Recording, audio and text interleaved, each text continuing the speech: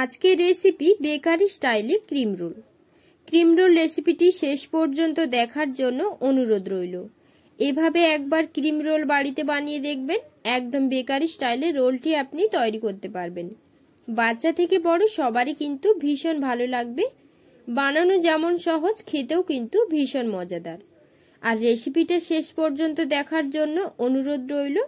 আর ভালো লাগলে চ্যানেলটিকে সাবস্ক্রাইব করে অল অপশনে ক্লিক করে রাখবেন, যাতে নতুন নতুন রেসিপিগুলো শেয়ার করলে আপনার কাছে খুব সহজেই পৌঁছে যায়। চলুন এখন রেসিপিটি শুরু করা যাক।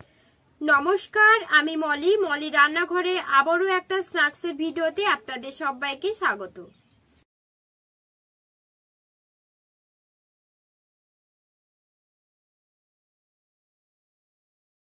এখানে দেখুন, একটা বড় সাইজের পাত্র নিয়ে নিয়েছি, আর তার মধ্যে দিয়ে দেব 100 গ্রাম পরিমাণে ময়দা। আমি 100 গ্রাম ময়দা নিয়েছি।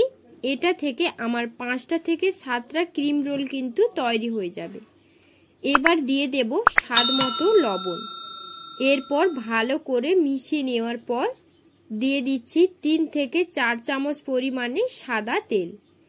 এবার খুব ভালো করে মেখে নেব।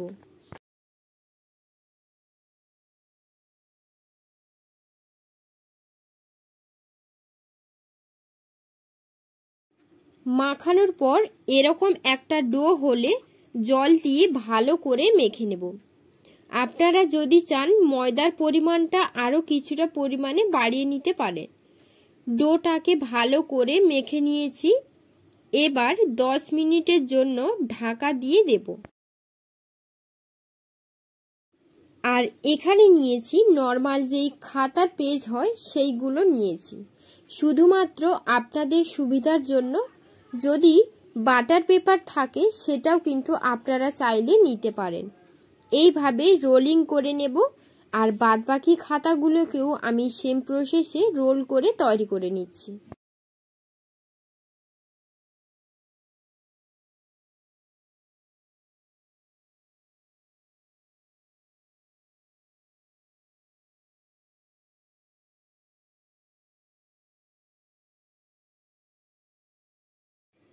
দেখুন, সবগুলো করে নিয়েছি।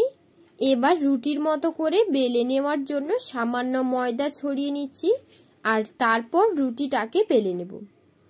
রুটি বেলার সময় বেশি পাতলা কিংবা মোটা করার দরকার নেই।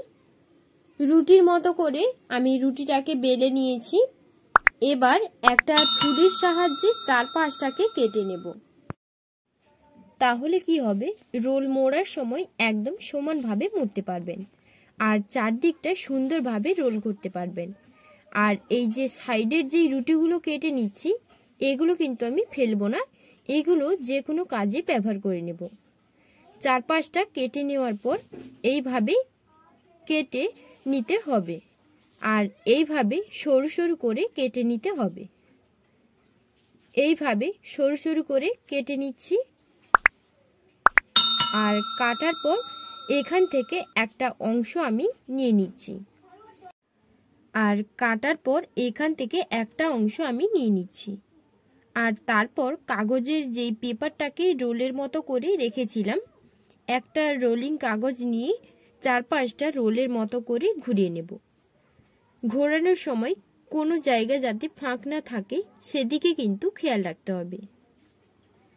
এবার শেষের অংশটাতেও সামান্য জল দিয়ে মুড়ে নিতে হবে।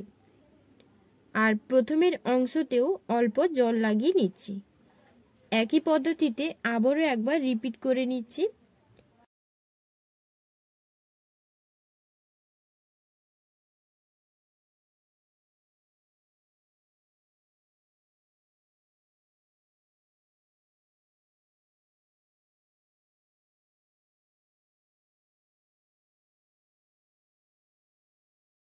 রোলটা আমি তৈরি করে নিয়েছি। সবগুলো প্রায় আমি করে নিয়েছি। এবার রোলগুলো ভাজার জন্য কড়াই বসিয়ে গরম করে নিয়েছি। আর তেল খুব ভালো করে গরম হয়ে গেলে রোলগুলো একে একে দিয়ে দিচ্ছি। আর এই সময় ফ্লেমটাকে লোতে রাখতে হবে, তাহলে রোলটা মুচমুচে হবে।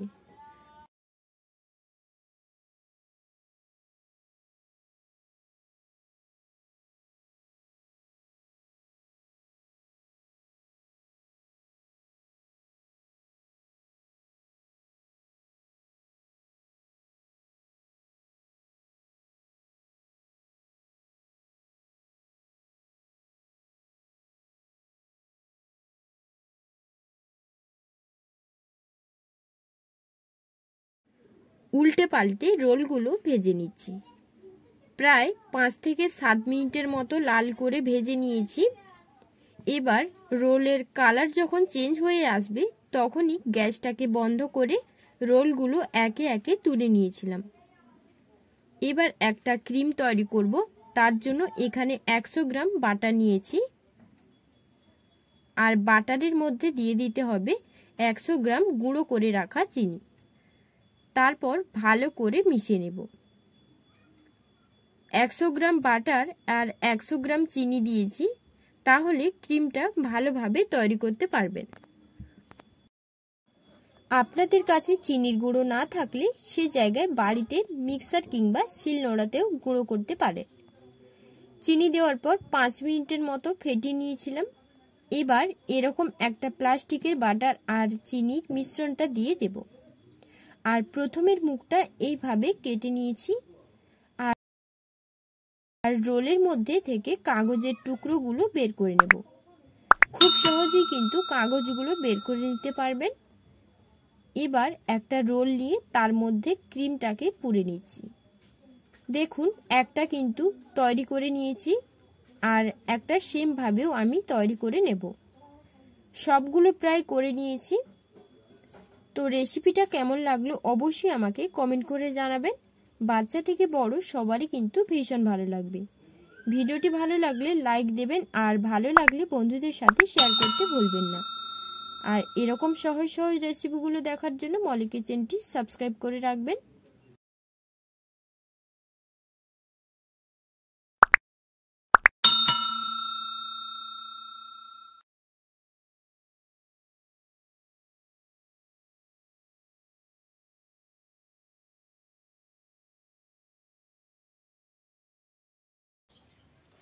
তো দেখা হচ্ছে পরবর্তী নেক্সট কোনো ভিডিওতে। আপনারা ভালো থাকবেন, সুস্থ থাকবেন। ধন্যবাদ।